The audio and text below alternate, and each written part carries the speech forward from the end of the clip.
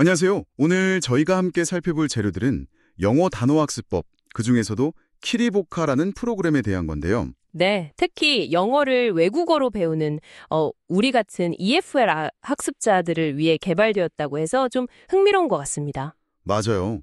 이 키리보카가 어떤 배경에서 나왔고 또 기존 방식의 어떤 점들을 좀 개선하려고 했는지 그 철학부터 효과까지 한번 깊이 들여다보겠습니다. 자, 그럼 바로 시작해 볼까요? 기존 단어 학습의 문제점, 뭐가 있을까요?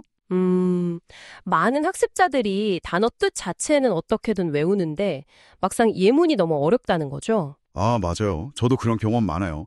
단어는 알겠는데 문장 속에서는 이게 왜 이렇게 쓰이는 건지. 그렇죠. 그래서 단어 수준하고 예문 수준이 안 맞아서 이해가 안 되고 꺼리게 된다는 거죠. 그런 아이들을 많이 봤다고 하더라고요. 영어를 외국어로 배우는 우리 환경의 특수성과 맞닿아 있습니다. 특수성이요? 어떤?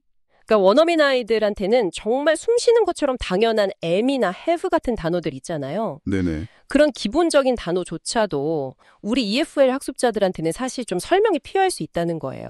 아, 하긴 그렇죠.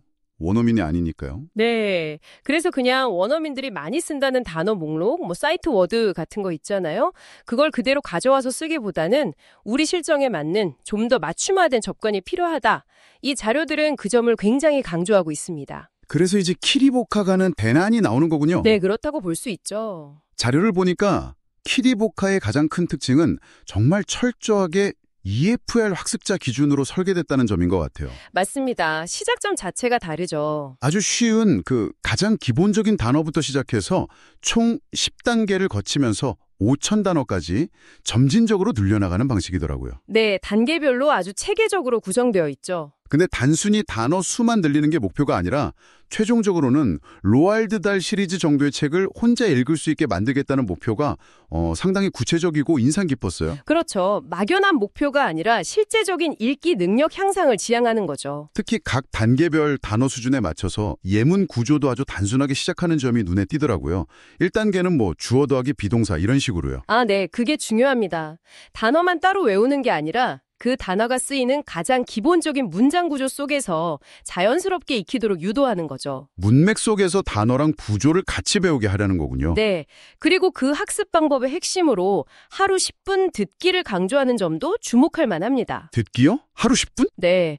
자료에 따르면 아침, 저녁 식사 시간이나 아이들 놀 때, 잠들기 전 이럴 때 그냥 편안하게 틀어놓으라는 거예요.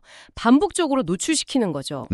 그렇게만 해도 어휘가 자연스럽게 쌓인다고요? 약간 배경음악처럼요? 그렇죠. 모국어 습득 방식과 유사하게 접근하는 건데요. 먼저 소리로 90% 이상 익숙해지게 한 다음에 그 단어가 포함된 문장 자료를 보면서 의미를 확인하고 이해도를 높이는 그런 순차적인 방식을 제안합니다. 듣기를 먼저 충분히 하고 그다음에 문자로 확인한다. 흥미로운 접근인데요. 그럼 이게 단순히 단어 암기랑은 좀 다른 결과를 기대하는 거겠네요? 네, 맞습니다. 이 자료들은 키리보카의 목표가 단순 암기가 아니라 실제적인 이해 능력, 그러니까 문해력 향상에 있다고 분명히 밝히고 있어요. 문해력. 단순히 글자를 읽는 걸 넘어서는 거잖아요. 그렇죠. 단어를 알고 그 단어가 쓰인 쉬운 문장을 이해하고 나아가 그 문장들이 모여서 이루는 글의 전체적인 맥락을 파악하고 더 나아가서는 그걸 바탕으로 자신의 생각을 말하거나 글로 쓸 수 있는 능력까지 연결하는 거죠. 아, 그러니까 단어에서 시작해서 문장 이해, 문맥 파악, 그리고 결국에는 표현 능력까지 어떻게 보면 언어를 배우는 가장 자연스러운 흐름을 따르는 거네요. 네, 그렇게 볼 수 있습니다. 그리고 또 하나 중요한 게 이걸 꾸준히 할 수 있도록 동기부여 장치들이 잘 마련되어 있다는 점이에요. 아, 맞다. 그런 내용도 있었죠. 혼자 하면 사실 좀 지치기 쉽잖아요. 그렇죠. 그래서 각 단계를 끝낼 때마다 인증서를 발급해서 성취감을 느낄 수 있게 하고요. 오, 인증서. 아이들 좋아하겠네요. 네. 그리고 또 연 4회 열리는 글로벌 문해력 복화 대회라는 게 있더라고요. 줌 라이브로 진행하는데 약간 경쟁심도 자극하고 전국 순위나 점수 같은 걸로 실력 느는 걸 눈으로 보여주는 거죠. 대회까지 확실히 동기부여가 되겠는데요? 네. 거기에다가 챌린지 같은 걸로 다른 친구들이랑 같이 학습하는 커뮤니티 요소도 강조하고요. 혼자보다는 같이 할 때 더 힘이 나니까요. 이런 시스템들이 그냥 나온 게 아니라 그 자료 보니까 10년 동안 영어 독서 교육 연구를 하고 또 1만 명 정도의 데이터를 기반으로 만들어졌다고 하더라고요. 그 정도 좀 신뢰가는 부분이었어요. 네, 상당한 연구와 데이터가 뒷받침되어 있다는 점이 특징이죠. 자, 그럼 오늘 저희가 살펴본 이 자료들을 통해 본 키리보카 접근법을 한번 정리해 볼까요? 네, 좋습니다.